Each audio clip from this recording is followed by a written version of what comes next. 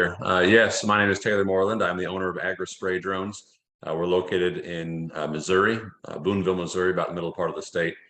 And we've got a lot of experience in spray drones. We're actually the nation's largest spray drone distributor, and we've been working with spray drones a few years. So let's dive into it.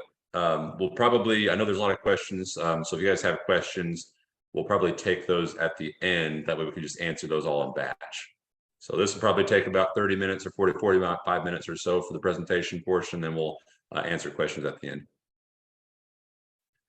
So yeah, we'll talk about our company just briefly. We'll look at spray drones, just kind of define what they are and what they do. And then we'll look at some mapping and software technologies around this technology, and we'll look at questions at the end. So again, my name is Taylor Moreland. I grew up on a farm in Missouri. I've been operating drones since 2014. We live still here in Missouri. I've been part of ag all my life, and spray drones were kind of a natural fit for me, kind of as I blended my passion with ag technology and kind of working with farmers. When I graduated college, I actually became a Pioneer rep, and so through that, I kind of learned some of the challenges in agriculture, the challenges in row crop, and that's what kind of led to utilizing spray drones because of the supply-demand gap in aerial application here in the U.S. So AgriSpray Drones, we founded in 2020. Basically, we did a full year of testing, began sales in 21, and we've sold mainly 3 drone models. But right now, yeah, we are the largest distributor here in the U.S. This is just a look at where we have drones, different colors, or different models, primarily focused on the Midwest U.S. That's where the highest demand is, but growing demand in the Southeast and Northwest U.S. And we'll talk about Canada probably here after a while. So when we think about sprayer drones in the row crop industry, which is really the biggest demand, biggest market, is primarily corn, soybeans, wheat, in terms of what crops these drones are being used on. And that's largely due to the demand for fungicide, primarily on corn. So aerial application has been used for fungicide application on corn for decades now. And really a spray drone is no different as far as method application. It's still aerial application. It's just a different tool for the same job, and it is scalable. So instead of a farmer having to hire an aerial applicator that may come from a long distance just to get there, and they may not show up on time because they are high demand, everybody wants them at the same time. Instead, what these sprayer drones are allowing, they're allowing farmers to actually operate on farm. So their own equipment, they have their own drone, and you're able to operate this on your own farm. And you don't need your own helicopter airplane in most cases. All you need is a platform, a drone that can keep up with your planting schedule, that can do 300 acres a day, not 2,000 acres a day like a crop duster can do. The other thing that drones allow is for localized service. So when we think about crop dusters in some areas, there are aerial application services that are servicing a small area. But whenever it's peak demand season, especially here throughout the Midwest US, we've got crop dusters that come from several states away just to try to fill that demand for that application. And so what ends up happening is, you've got a service provider coming that is not local and that may not actually care about doing the best job. They just care about covering acres so that they can get paid more. And so what drones allow is they allow individuals to start a business in a rural area where opportunities are slim, using a drone for custom application, filling that supply demand gap. And this has kind of been put into our mission statement, which is empowering rural America. And what I mean by this is we've got customers that are using these drones to move back to the farm where the revenue on farm isn't enough to support another family. So they're using a drone, doing custom application to essentially provide revenue, provide an income, and they're able to help out on the farm as well. So it's bringing lots of opportunities to rural America, which we're really excited about. Okay, so let's just define what a sprayer drone is. So first off, if you've seen any kind of drone, it's got batteries, it's got electric motors, it has multiple rotors, and so that is exactly what a sprayer drone is. It's just sprayer drones are a lot bigger, obviously, and they have liquid tanks, pumps, and of course, granular spreader attachments as well. Most of them do. All of ours do. So when we look at kind of the sprayer drone industry, what companies right now are in that industry? Who are the manufacturers? So DJI is the largest drone manufacturer worldwide. They've got a huge market share, not just on spray drones, but on all drones. So on camera drones, mapping drones, photography drones, they produce a lot of them. And so that's the company that we work with primarily on the sprayer drone side is DJI. There are other manufacturers, XAG. They produce good hardware. They're leading in Asia and maybe Australia as well on the sprayer drone side, and they focus just on sprayer drones. The Yamaha RMAX has been around for a long time. It's a single rotor drone, mini helicopter essentially. But then there are a bunch of other companies that are producing these drones as well on a much smaller scale. All of these companies are out of Asia because when you think about the farm size in Asia, the family farm size, you're looking at an acre, a hectare, 1 hectare or 2 acres or so makes up a family farm in a lot of cases. And so a small drone is going to be a lot more efficient than backpack spraying. Now, here in North America, we need larger drones. And so our sizes over here are going to range from 10 liter to 40 liter or about 10.5 gallon. There are actually some larger drones coming down the pipeline as well. Now in the US and in Canada, so FAA here in the US, and then actually in Canada, it's been the Pesticide Bureau has slowed adoption a little bit. So let's take a look at on the US side. I don't have this for Canada, but it's pretty similar. Legally speaking, what do you need to operate a drone? Well, here in the US, it's a Part 107 drone license, then a 137 and a 44807 to fly a heavy drone and to dispense pesticide from it. So in Canada, this is actually very similar. Numbers are different here, obviously, but it's very similar. And actually in Canada, this is actually easier to do than it is here in the US. It's a quicker process in Canada. In the US right now, it's actually a pretty slow process because of the high demand for aerial application. Now in Canada, what we do know is that the biggest thing that's slowing adoption right now is the pesticide licensing.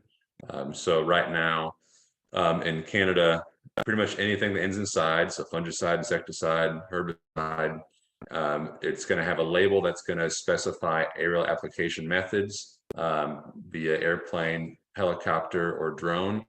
And very few, if any of those right now actually have a drone label. In the US, they just specify aerial application, they don't specify method, and so we're able to use drones here in the US. This is something that's rapidly changing actually into those. So I do expect demand to grow pretty quick for these drones in Canada. Okay, so why sprayer drones? Let's answer this question right now. So when we look at the reason that someone might want to look at sprayer drone technology on their farm or as an application tool, we're looking at, as far as on-farm goes, you're looking at minimizing wet ground downtime. So obviously there's no tires on a spray drone, you can fly over the ground. You're going to be lowering air application cost if that's something that you currently hire done. If you hire that every year for fungicide application or something, then doing it yourself obviously lowers costs. It gives you control over how you do your aerial application as well. These drones are also a great tool for research. We have a lot of research companies and universities that we work with who are able to use these drones to do research they've never been able to do before and decrease the time it takes to do other types of research as well. Then there's a ton of specialty use applications as well beyond row crop. So we're looking in row crop and pasture, I should say. So we're looking at wetland application. We did a lot of that, a lot of forestry application in the Southeast US. Interest in Canada with that now as well too. Right of way, mountainous terrain, and I know everybody's thinking it right now. A drone that can lift 10 gallons can probably deliver my beer, can't it? Well, actually, here's a video right now. This is on Michael Jordan's golf course down in Florida, and he beat you to the punch. They're actually delivering beer on that golf course with a big drone the size of a sprayer drone. So yeah, pretty universal technology here. But all jokes aside, this is what we're talking about right now, really. We're talking about using a drone to do applications over a crop. So this is one of our first tests we did actually with a spray drone, fungicide on corn with a T16. So here are the 3 models right now that we are focused on primarily.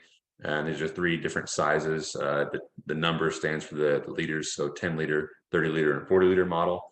Right now, 95% of our sales are in the T40. It's the newest spray drone, the largest spray drone, and a ton of advanced features on it. Okay, so when we look at row crop use, what exactly, let's define exactly what we're talking about when we talk about row crop application with drones. So we're looking at low volume. We're not looking at doing 20 gallons per acre like a ground rig is going to do. In a lot of cases, or 10 gallons per acre. We're looking at anywhere from 1/2 to 3 gallons per acre. Most commonly, 2 gallons per acre is used. So they're not, these machines are not meant to replace a ground rig. We're not out there doing the same thing that the ground rig is going to do. We are doing more similar to what crop dusters are going to do. So fungicide, insecticide are a primary use case for these drones when it comes to traditional row crop application. We're looking at fungicide, insecticide. But of course, they are able to do wet field burn down. We've had a lot of that here this past year in a lot of parts of the US where it was really wet this spring, early summer. And then cover crop overseeding is something that I think, maybe not necessarily up north, but definitely here across the Midwest US is kind of taking hold right now. And a lot of people are starting to use drones to do that because it's just so much more of an effective method of application when it comes to cover crop. And then of course, these drones are much more versatile than a traditional crop duster, a helicopter airplane is going to be, just due to their size and their autonomy. You're able to do spot application. So if you don't need to cover the whole field, there are programs where you can actually identify problem areas, and the drone will go just to those problem areas and apply product. And then of course, small fields applications, so fields that have that are surrounded by trees, 10, 30 acre fields that are surrounded by trees on all sides. That's very difficult for an aircraft to do, but for a drone, it's no problem. And then fields that have a high degree of topographic change, so elevation change from one side to the next. These drones are they're autonomously controlled. The radar does the terrain following, and you can fly fields up to 30-degree slope autonomously, which is much more versatile, much more precise than a traditional crop duster would be able to do. So let's just look at some examples here so you guys can get a feel for what a spray drone can actually do. Right here, this is an example one of our customers did on, just kind of testing out applications. It was a really, really wet summer 2 years ago here in Missouri. And this was Liberty beans that he had, and it had been raining for, been wet for a couple of weeks. He needed to spray, he needed to kill some weeds. And so he used a drone on half of the field with 2 gallons per acre, quarter Liberty per acre, and then some Anthem Max in there as well for residual control. And I did not think this was going to work. He applied the day after a rain. It was hot and it was humid. 9 days later, it rained again, of course, so it rained again after that. 9 days later, it dried up. He applied with this ground rig on the right-hand side of the picture. That's what that looks like there, 14 gallon per acre, quarter Liberty.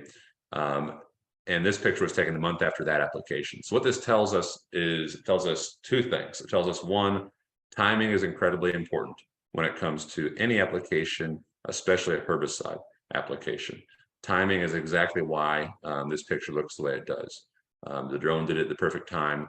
The ground rig, it was just too late.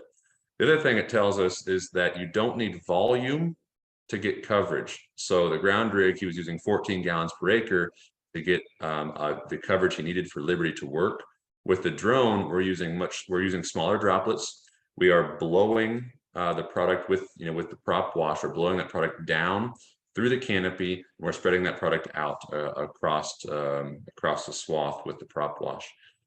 And so the delivery mechanism for coverage with the drone is air. Delivery mechanism for a ground rig is going to be volume, but both can achieve good coverage. A drone just uses a different method. This is just fungicide application. We all know fungicide application works with out of traditional aerial application equipment. So this was a side-by-side that we did with 3 different fungicides on corn, and of course untreated check. And so you can just see in the left-hand side of the picture there, you can see that the blocks that the drone did, they look much greener. And so obviously that tells us that the drone actually did work for this application, which is no surprise. Okay, and then when we look at, fields might be difficult for ag pilots. So this is just an area here in the middle part of Missouri where we have a lot of broke up fields. You can see a lot of terraces, a lot of different elevation changes here. So ag pilots, they stay far away from these areas. Even though there's a lot of ag in these areas, there's a lot of row crop in these areas, it's good soil, but ag pilots stay far away just because it's so difficult and so dangerous. They're not able to do a very good job, really when it comes to precise application. So drones have been a perfect application equipment for these areas for aerial application. Here's just an example of as applied data from a drone. And so, drone's gonna do everything autonomously, of course, and it's also going to keep a record of what it does. So this just shows you kind of the flight path map over on the right-hand side, the coverage map essentially.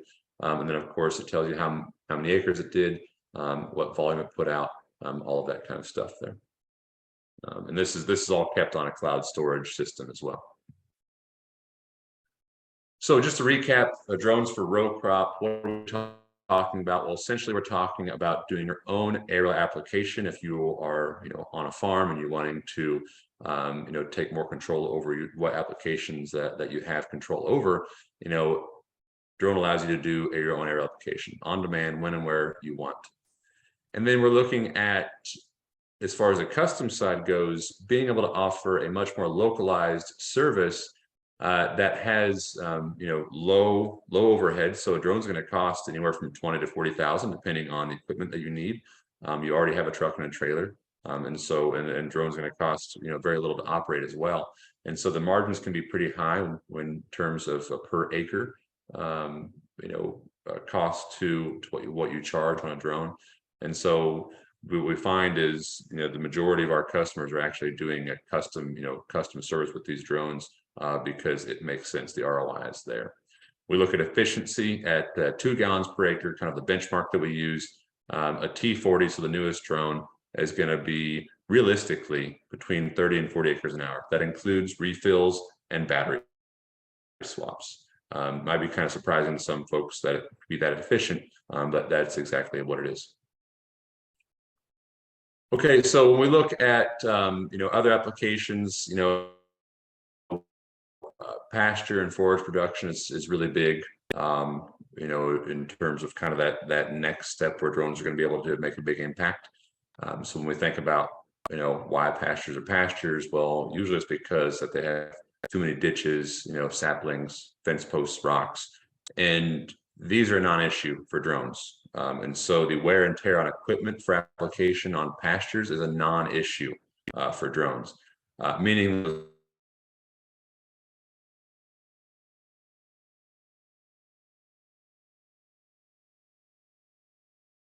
essentially when it comes to equipment wear and tear. And then group 4 herbicides, which are pasture herbicides primarily made up of group 4. These are going to work very well at an ultra low volume. Those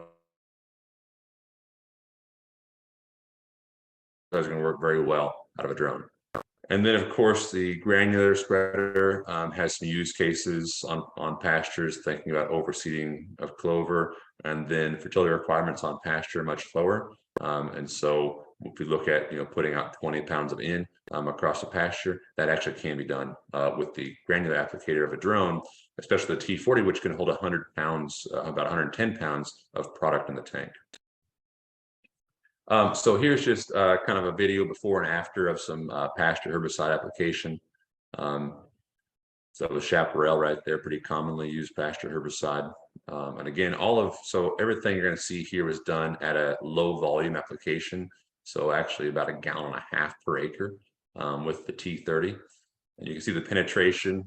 So we talked about using that, using the air, the prop wash to actually distribute and penetrate this product through the canopy. Well, you can see that right here actually taking place.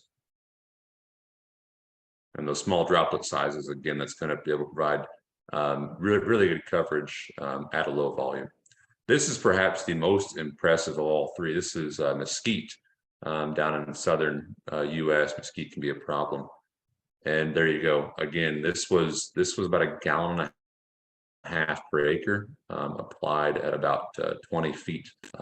Did a tremendous job. Tremendous job. So the high concentration of some herbicides actually does tend to work better for certain applications. And then here's just some examples of some specialty use applications. So orchards, this is kind of what we're doing a lot of testing on right now. This shows some software that you can use to do 3D flight route planning. So if you're spraying the side of a very steep mountain, these drones can do that. And they can be much safer than traditional methods as well. And you can create very customized routes for these drones to these types of applications. Forestry's been big, mostly clear cuts, honestly, not so much of that application, but clear cut forestry has been really big for us. And then vineyards, so vineyards and orchards are using a lot of blower type applications. So a drone is going to be a blower only from the top down. You can see it moving the canopy pretty well right there. This is exciting. We're doing a lot of this right now.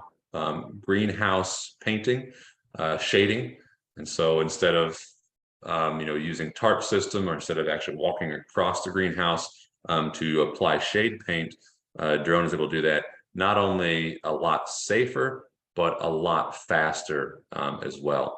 It's really cool. We're doing a lot of this around the US, and then looking at actually, over in BC, there's a lot of greenhouses, and so working with some folks over there as well. So how do you run a sprayer drone? Well, very simply, we'll kind of go through the steps. First off, make sure you have a setup. This is kind of the simplest setup you can have. A tank with premixed chemical, generator, drone, batteries, charger, and remote. Then you collect a field boundary. You can map a field boundary with the drone by flying around the edge. You can map a boundary with the remote by driving around the edge, collecting your points that way. Or you can actually map a boundary right here on the remote using satellite imagery. So you just tap on the screen using satellite imagery and create your points there. You can also bring in shape files if you already have those, and you can use a separate drone, a mapping drone, to create imagery, and then use a computer software to create those boundaries and then load them into the system after that. So it's very simple to bring in a boundary.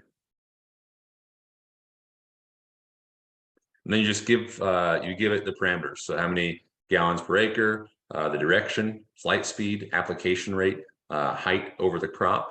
You just tell it all of that, and the drone recalculates everything by itself. So it calculates the flow rate needed based on the swath, based on the height, based on the speed, and it takes all the guesswork out of it for you. So very simple to put your parameters in. Then all you do is you slide it to the right, and it will take off and go to the start point autonomously. So this is autonomous flight right here. It takes off autonomously. It goes to the start point autonomously. It sprays autonomously and it returns to home. RTH stands for return to home. Returns to home autonomously after the application. Then you just refill it.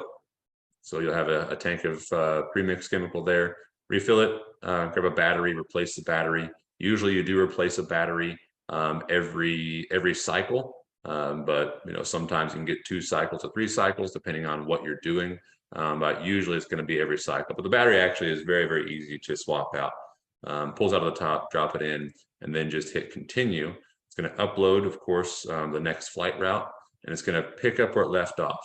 So it's going to go back to the same spot where it left off and start spraying from there. That's it. So essentially, whenever you're operating a drone, you are not actually flying it. You are just refilling it and replacing the battery. It's operating itself. You can, of course, fly it manually. If you want to, there's all sorts of different things you can do with it. Now, when we look at kind of what else that is coming down the pipeline, what we're working on right now. So the Mavic 3 multispectral, that's the drone that you see up at the very top of the screen here. Multispectral has kind of been talked about for a lot of years and hasn't really been utilized in row crop, especially in some specialty crops it has. But a lot of that's been access to the equipment has been very expensive. But the Mavic 3 multispectral changes that. It's a very affordable multispectral drone that has very good capabilities, RTK, a large sensor size. So we're going to see that changing some of how multispectral is being utilized. We're working on different means of RTK, Digifarm, and RTK base stations for our drones. The rover that we see down at the bottom, that's that little red thing there. We've got a couple of different ones actually. So this is going to be looking at specialty crops, primarily orchard vineyard application there. The T25 and T50, the successors to the T40, are actually coming end of this year, probably October, November actually. And we're not going to see a huge increase in efficiency. Primarily, these drones here are going to be used for high volume work, specialty product or crop work. I'm not going to play that video, but that's just, you can look these up online, Mavic Multispectral. I encourage you to watch the promo video on that. It's a pretty cool drone. We're also working with software companies right now, including Agremo, Pix4D, and Terra. Essentially, that is the next step. So the technology exists for these drones to, apply whole fields and some spot application, but we're looking at variable rate application. We're looking at controlling that flight path much more precisely. We're looking at, basically managing, the flow would be, taking a multispectral drone, collecting imagery, using a program like Agremo to analyze that imagery, find your target spots you need to be treating, and then loading that prescription map into a spray drone that would go just those target spots without damaging the crop, without wasting time flying back and forth, and just going one to the next to the next. So that is something that is coming down the pipeline. And this is Terra right here. So Terra, I think I've got a video here. This is just showing some 3D flight route capabilities that Terra has. And so it's going to bring in all of the images from a drone. You are going to basically tell it what areas you want sprayed, what you don't want sprayed, give it a boundary, and then you can generate a 3-dimensional flight route for the spray drone. So there you can see we're going up and over tree canopy. This is all generated with imagery from a mapping drone. This is really cool technology that is actually very simple to use. And that's the rover right there, the XAG rover that we're testing. Okay, so yeah, I kind of wanted to keep that fairly short so that I could answer questions.